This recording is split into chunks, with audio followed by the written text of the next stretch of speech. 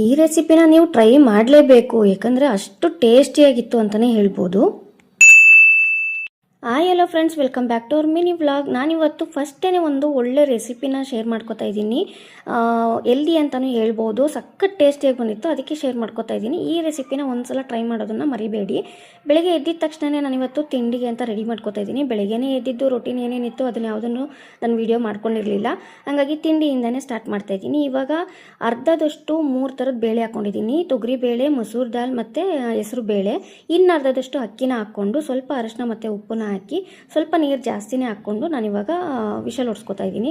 ಒಂದು 3ರಿಂದ 4 ವಿಷಲ್ ಬಂದ್ರಂತೆ ಸಖತ್ ಟೇಸ್ಟಿಯಾಗಿ ಬಂದ್ಬಿಡುತ್ತೆ, ಸಾಫ್ಟ್ ಬೆಂದಿರುತ್ತಲ್ವ. ಹಂಗಾಗಿ ಅದಾದಮೇಲೆ ಮಧ್ಯದಲ್ಲಿ ಸ್ವಲ್ಪ ಟೀ ಕುಟ್ಕೊಂಡು ಇವಾಗ ಒಗ್ಗರಣೆಗೆ ಏನೇನು ಬೇಕು ಎಲ್ಲ ಕಟ್ ಮಾಡಿ ರೆಡಿ ಮಾಡ್ಕೊತಾ ಇದ್ದೀನಿ.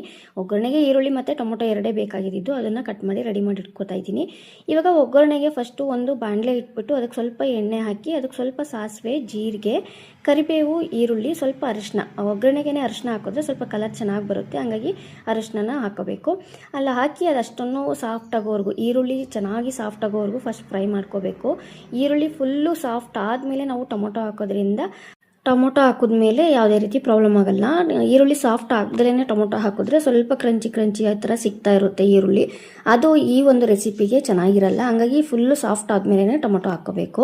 ಅದಾದಮೇಲೆ ಟೊಮೊಟೊನೂ ಅಷ್ಟೇ ಫುಲ್ ಸಾಫ್ಟ್ ಆಗೋವರೆಗೂ ಬಿಡಬೇಕು. ಮಧ್ಯದಲ್ಲಿ ಕ್ಲಿಪ್ಪಿಂಗ್ ಮಿಸ್ ಆಗೋಗ್ಬಿಟ್ಟಿದೆ, ಮಧ್ಯದಲ್ಲಿ ಏನು ಆಗ್ತೆ ಅಂತ ಹೇಳ್ತೀನಿ. ಟೊಮೊಟೊ ಫುಲ್ಲು ಸ್ಮ್ಯಾಶ್ ಆಗೋ ಥರನೇ ಆಗೋವರೆಗೂ ಫ್ರೈ ಮಾಡ್ಕೋಬೇಕು. ಅದಕ್ಕೆ ಫಸ್ಟ್ ಉಪ್ಪು ಹಾಕ್ಕೊಂಡ್ರೆ ಬೇಗನೆ ಬೆಂದುಬಿಡುತ್ತೆ. ಫಸ್ಟ್ ಉಪ್ಪು ಹಾಕ್ಬಿಟ್ಟು ಚೆನ್ನಾಗಿ ಬೇಯಿಸ್ಕೊಂಡಿದ್ದೀನಿ. ಅದಾದಮೇಲೆ ಅದಕ್ಕೆ ಪುಡಿ ಅಂತ ಹಾಕಿರೋದು ಖಾರದ ಪುಡಿ, ಖಾರಕ್ಕೆ ಜೊತೆಗೆ ಸ್ವಲ್ಪ ಧನಿಯಾ ಪುಡಿ, ಅದ್ರ ಜೊತೆಗೆ ಒಂದು ಸ್ವಲ್ಪ ಗರಂ ಮಸಾಲಾನ ಹಾಕ್ಕೊಂಡಿದ್ದೀನಿ ಅಷ್ಟೇ, ಇನ್ನೇನು ಹಾಕಿರಲಿಲ್ಲ. ಅದಾದಮೇಲೆ ಬೇಯಿಸಿಟ್ಕೊಂಡಿರೋ ಅಕ್ಕಿ ಬೇಳೆನ ಹಾಕಿಬಿಟ್ಟು ಸ್ವಲ್ಪ ನೀರು ಎಷ್ಟು ಬೇಕೋ ಅಷ್ಟನ್ನು ಅಡ್ಜಸ್ಟ್ ಮಾಡಿಕೊಂಡು ಲಾಸ್ಟಲ್ಲಿ ಕೊತ್ತಂಬರಿ ಸೊಪ್ಪು ಹಾಕ್ಕೊಂಡು ಸ್ವಲ್ಪ ಕುದಿಸ್ಕೊಂಡ್ಬಿಟ್ರೆ ಸಖತ್ ಟೇಸ್ಟಿಯಾಗಿ ಈ ಒಂದು ರೆಸಿಪಿ ರೆಡಿ ಆಗುತ್ತೆ. ಕಿಚಡಿ ರೆಸಿಪಿ ಅಂತಲೇ ಹೇಳ್ಬೋದು. ಬಟ್ ಬೇಳೆನ 3 ಥರದ ಬೇಳೆನೂ ಹಾಕಿದ್ದೀನಿ, ಹಂಗಾಗಿ ಟೇಸ್ಟ್ ಮಾತ್ರ ಸಖತ್ತಾಗಿ ಬಂದಿತ್ತು. ಒಂದು ಸಲ ಟ್ರೈ ಮಾಡಿ ನೋಡಿ, ನಿಮ್ಗೆ ಇಷ್ಟ ಆಗುತ್ತೆ.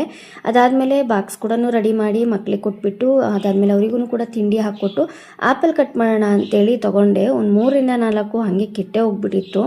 ಮೇಲ್ಗಡೆ ಎಷ್ಟು ಚೆನ್ನಾಗಿತ್ತು ಅಂತಂದರೆ ಇಷ್ಟು ಚೆನ್ನಾಗಿದೆಯಲ್ಲ ಆ್ಯಪಲ್ ಅನ್ಬೇಕು ಆ ಥರ ಇತ್ತು. ಬಟ್ ಕಟ್ ಮಾಡೋ ಅಷ್ಟೊತ್ತಿಗೆ ನೋಡಿದ್ರೆ ಅದು ತಿನ್ನೋಕ್ಕೆ ಮನಸ್ಸಾಗಬಾರ್ದು ಆ ಥರ ಇತ್ತು.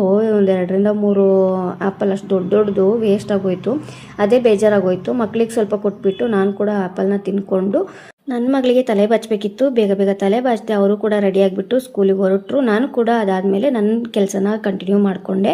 ಇದಾಗಿತ್ತು ಇವತ್ತಿನ ವ್ಲಾಗ್. ಈ ವ್ಲಾಗ್ ಇಷ್ಟ ಆಗಿದ್ದರೆ ಲೈಕ್, ಶೇರ್, ಕಮೆಂಟನ್ನು ಮಾಡಿ. ಹಾಗೆಯೇ ನನ್ನ ಚಾನಲ್ನ ಯಾರೂ ಸಬ್ಸ್ಕ್ರೈಬ್ ಮಾಡಿಲ್ಲ, ದಯವಿಟ್ಟು ಸಬ್ಸ್ಕ್ರೈಬ್ ಮಾಡ್ಕೊಳ್ಳಿ. ಇನ್ಸ್ಟಾದಲ್ಲಿ ನೋಡ್ತಾ ಇರೋರು ಫಾಲೋ ಮಾಡಿ ಅಂತ ಹೇಳ್ತಾ ಇಲ್ಲಿಗೆ ಮುಗಿಸ್ತಾ ಇದ್ದೀನಿ.